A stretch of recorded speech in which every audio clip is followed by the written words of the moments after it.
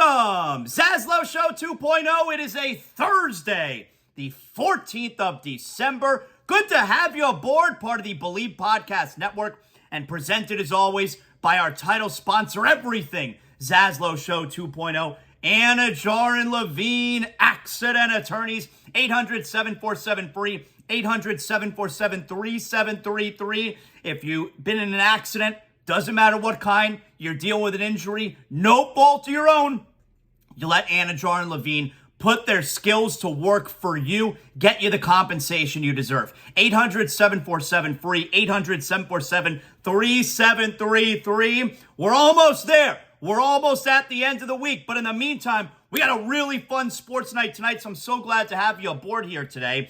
All the major pro sports are in action this week. We got the college football playoffs on the horizon. Bet Online, your number one destination for all your sports wagering info. That includes news for pro football, the NBA, upcoming fights, NHL games. Head to the website today to get into the action and see all the updated odds for the week. Remember, use our promo code BELIEVE, B-L-E-A-V, to receive your 50% welcome bonus on your first deposit. Bet Online, where the game starts. So, we're going to do a bunch of NBA today. It is Thursday, which means I've opened up the mailbag to you guys. Got a few questions, so we'll do a little bit of that coming up as well. Our pal is Jamie Eisenberg, CBS Sports Fantasy Football. He joins us every Thursday to help us get our lineup set. With Week 15 starting tonight, Chargers and Raiders. Shitburger game, but it's fantasy football playoffs. Now, my team did an excellent job. They earned a bye, all right? So my guys get to rest this week. But most of us have fantasy football playoffs that begin tonight. So Jamie will help us set our lineup, get us all set in that regard. We'll talk to him about Dolphins. We'll do some of that good stuff with him as well. But even though the football is not great tonight, the Heat won last night. 115-104, did a nice job. Last night you had Duncan Robinson continuing a tremendous start to this season for Duncan, who I told you, when Hero comes back, you cannot take Duncan Robinson out of the starting lineup. You can't do it. He spreads things for those guys. He opens things up. I'm not saying Tyler shouldn't start. Tyler should start for Kyle Lowry, all right? Lowry, by the way, terrific game last night. 4 for 4 from 3, 5 for 5 overall. But Robinson, he led the Heat with 23 points. Your boy, Jaime Jaquez Jr., 17 off the bench.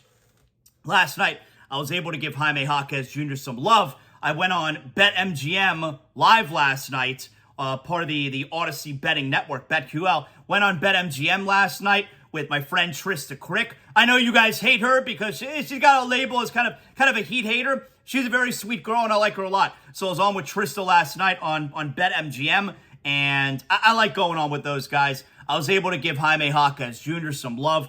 He's probably the third best rookie. And look, Victor Wembanyama was awesome last night, but Jaime Jaquez Jr. is the third best rookie. And he's doing it on a team that has championship aspirations. He's doing it on a team that is winning right now. Chet Holmgren's been the best rookie. Chet Holmgren is as well, but we all know Chet Holmgren's kind of in his second year. He's probably gonna be rookie of the year, but he's kind of in his second year. Victor Wembanyama, huge game last night. The Spurs, they suck balls. And then you got Jaime Jaquez Jr., who's doing incredible for the Heat. I saw Ira Winderman in his mailbag today, Sun Sentinel. Nobody covers the Heat better than Ira Winderman, and was asking if Jaime Jaquez Jr. is the best rookie since Dwayne Wade. I think it was probably one of the people in his mailbag that was asking that, because let's pump the brakes a little bit.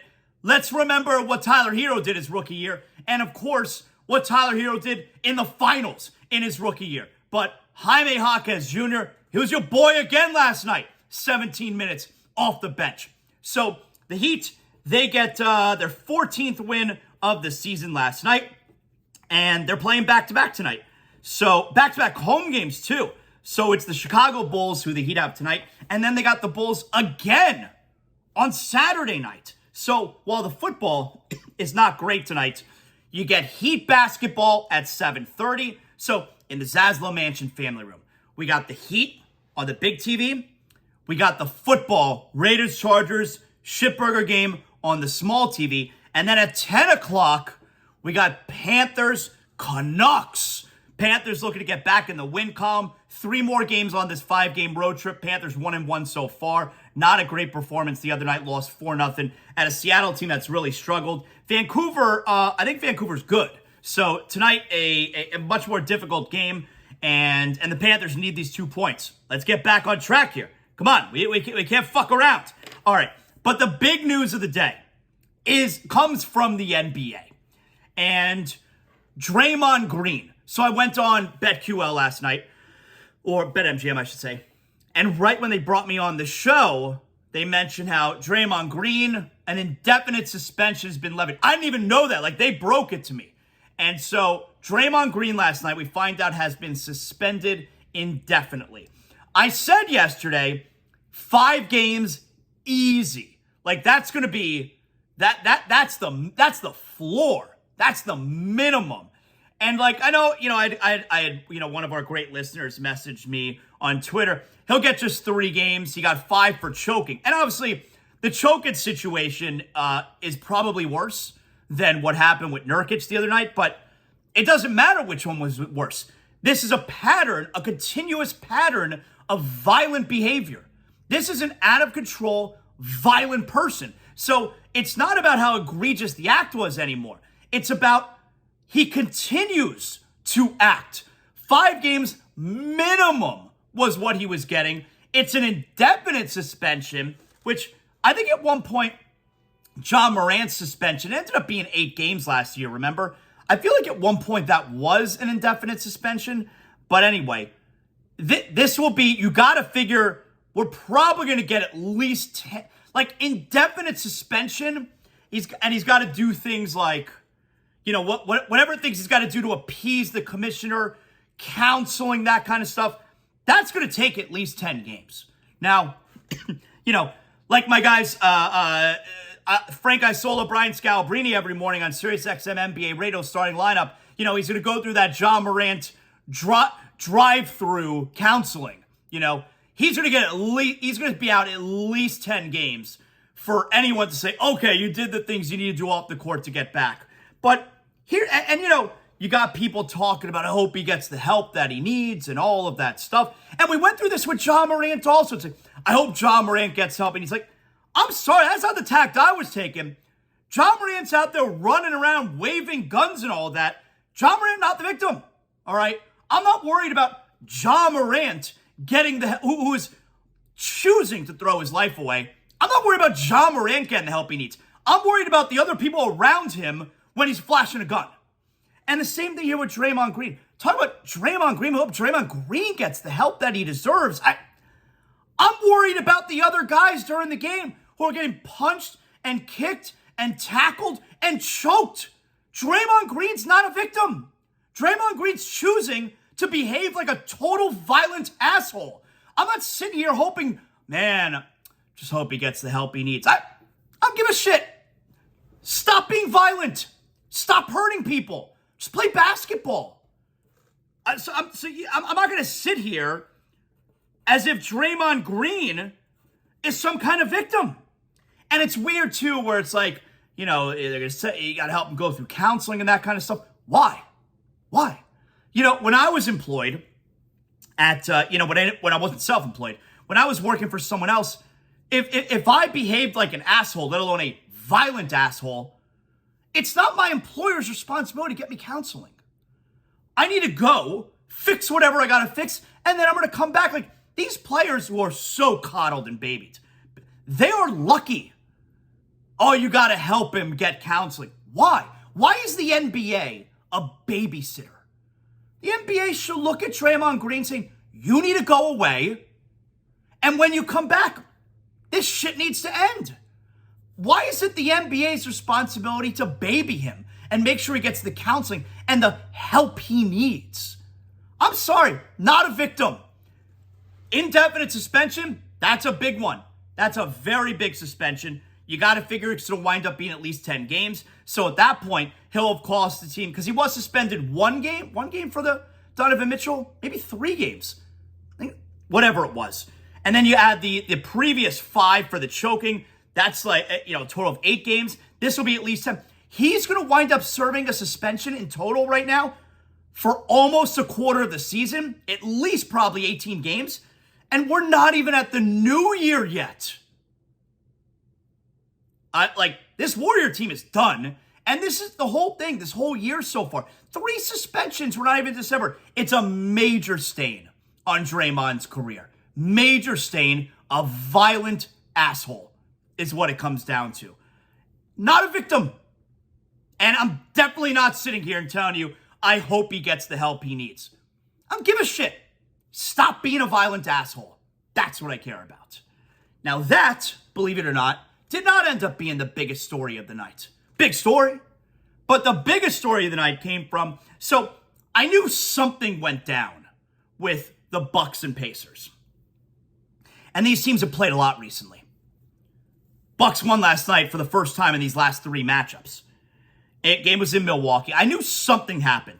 So I go and I check the box score after the game. I saw Giannis had some kind of big game. 64 points for Giannis. That's all time. That's it's definitely top 10 all-time scoring games ever. You got Wilt, obviously. You got Kobe, 81. You got David Robinson, 72. Devin Booker had 70 that one game. Damian Lillard had 71. That's 5. Giannis' 64 is probably top 10. Best scoring game in the history of the Bucks, who, of course, had amazing players like Lou Alcindor, Oscar Robertson. They've had some guys who can score. So Giannis scores 64 points, and that ended up not even being the huge... Well, the big story was a result of him scoring the 64. So he scores the 64. They win by 14, something like that. He had 26 in the fourth quarter. And you have a big commotion after the game where Giannis is running into the Pacers tunnel. Then he comes back out and has a very heated conversation with Tyrese Halliburton. Damian Lillard standing right there. It clearly wasn't a situation where Antetokounmpo was being aggressive toward Halliburton. Halliburton was there kind of confused and listening, and Giannis was pointing his finger at him and really angry. But no threat of violence, because neither one of them are violent assholes. And so then after that, we end up learning there was a situation with the game ball. The Pacers took the game ball. Giannis wanted the game ball, career high 64, but I think also more importantly because it was a Bucks franchise record, 64 points. Giannis wanted the ball. I didn't really know that was a thing, that we want the ball. But Giannis, and by the way, look, Giannis is going to get a heavy fine here because when he ran to the Pacers tunnel after the game, number one, you're definitely not supposed to do that. But there's video footage where he's running into the Pacers tunnel and he's shoving and throwing security off of him. I think Pacers security. And you got Thanasis, the brother right there, who, can we be honest? Thanasis Antetokounmpo, total goon. Just a goon. And the two of them are throwing security all over the place and trying to get to the ball. They didn't get to it. Eventually, Giannis did get the ball. Here's Giannis after the game. He's very upset. They're asking if he got the ball, what happened there. Here's Giannis after the game. It's just fortunate. I've never seen this before. I feel like you can. I'm not even gonna comment on that. I don't know if I have the game ball, to be honest with you. And that's what you thought they had the game ball. That's why you ran after them in the tunnel. I knew they had the game ball. I didn't think they had the game ball. I knew they had the ball. First of all, you cannot. I don't know how it works, but I assume I cannot just walk in any arena that I play and just take the ball. Dame was 5th of all time. I scored 60. At the end of the day, the ball that they gave us, I offered it to Dame. I scored 60. He scored multiple times 60. He scored 70, and he should have the ball. So what ended up happening was one of the Pacers assistant coaches, right at the final horn, ran onto the court, asked the referee for the ball, took the ball, left. And the reason that was given was because one of their rookies, I have no idea who he is, undrafted, I can't even pronounce his name, scored his first points. Not even a basket, a free throw. Scored his first points, so they wanted the ball. I didn't know that that's even a thing. I was a broadcaster for the Miami Heat for 13 years. I've never heard of that being a thing. Now, maybe that's a Pacers thing. I don't know. I've never heard of it being a thing where you get your first basket or first NBA points. It's not like getting a hit in Major League Baseball. It's not like your first goal in the National Hockey League or your first touchdown in the NFL. I've never heard of first points or basket and you take the game ball. I've never heard of that before. Especially because in baseball, that's fine. They use 1,000 balls throughout the game. In hockey, that's fine. They use 1,000 pucks throughout the game. In football, that's fine. They use 1,000 footballs throughout the game. In basketball, apparently there are just 2 game balls. I've never heard of this before. And here's Rick Carlisle, coach of the Pacers, after the game, talking about like he says it was a whole scene in that tunnel. What happened after the game was unfortunate. There's a misunderstanding about the game ball. It was Oscar Tshiebwe's first official NBA point, so we always get the game ball. We were not thinking about Giannis's franchise record, so we grabbed the ball, and a couple of minutes later, several of their players ended up in our hallway, and there was a big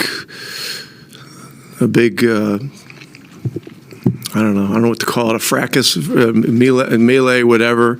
I don't think any punches were landed, but my general manager got elbowed in the ribs by one of their players. And so he certainly has a bruised rib, and who knows, if it's anything more than that. But unfortunate situation. We don't need the official game ball. There's 2 game balls there. We could have taken the other one, but it didn't need to escalate to that. Like I said, I've never heard that this was a thing. And I would tell, the Pacers aren't at home. For the Pacers to believe, and maybe they didn't know it was a Bucks record. There's really no reason they should know it's a Bucks record. But they definitely know Giannis had 64. They definitely know they're not home. And you heard Giannis mention this. You don't just get to take things. That's not their building. And whether or not they knew it was a record for the Bucks, they know that 64 points is pretty fucking rare. And to think that they're just going to take the ball because some player nobody's ever heard of scored his first NBA point, fucking balls moved by the Pacers. I'm not condoning Giannis's reaction, and certainly not that goon Thanasis, who has no business being in the NBA other than being Giannis's brother. Have you ever seen him? He only gets to play when the game's a blowout. He is horrible. He is a horrible player. Total goon. And yeah, I'm not excusing their behavior, but what are the Pacers doing taking that ball? They know Giannis had an amazing game. Can't just take the ball because some kid nobody's ever heard of scored his first point. So there's a bad job all around. But overall, the Pacers have no business taking that ball. The whole thing is really stupid. You know what's not stupid, though? Making sure you get the best sleep of your life. And the best way to get the best sleep of your life is getting your bed sheets from Sheets and Giggles. SheetsGiggles.com. That's right. I go to SheetsGiggles.com. I get the best sleep of my life. So I got the blanket, I got the comforter, I got the bed sheets, I got the pillowcases. I sleep on a eucalyptus pillow. That's right. Have you ever slept on a eucalyptus mattress? Go to SheetsGiggles.com. You're never going to have to worry about where you're getting your bed sheets from, and you're going to get the best sleep of your life. Now, what have I told you? On top of all of that, you can also get 20% off your first order. All you got to do is go to SheetsGiggles.com, use promo code ZASLOW, ZASLOW, 20% off your first order. And then every time you go back, my man Colin, the founder and CEO of Sheets and Giggles, go to @SheetsGiggles on Twitter. He's constantly putting out promo codes. If the Heat win, the Panthers win, Dolphins, and then every time you go after that, you're going to have all kinds of other promos, sales specials going on. But the first time you go to sheetsgiggles.com, use promo code ZASLOW, ZASLOW, 20% off your first order. Sheetsgiggles.com.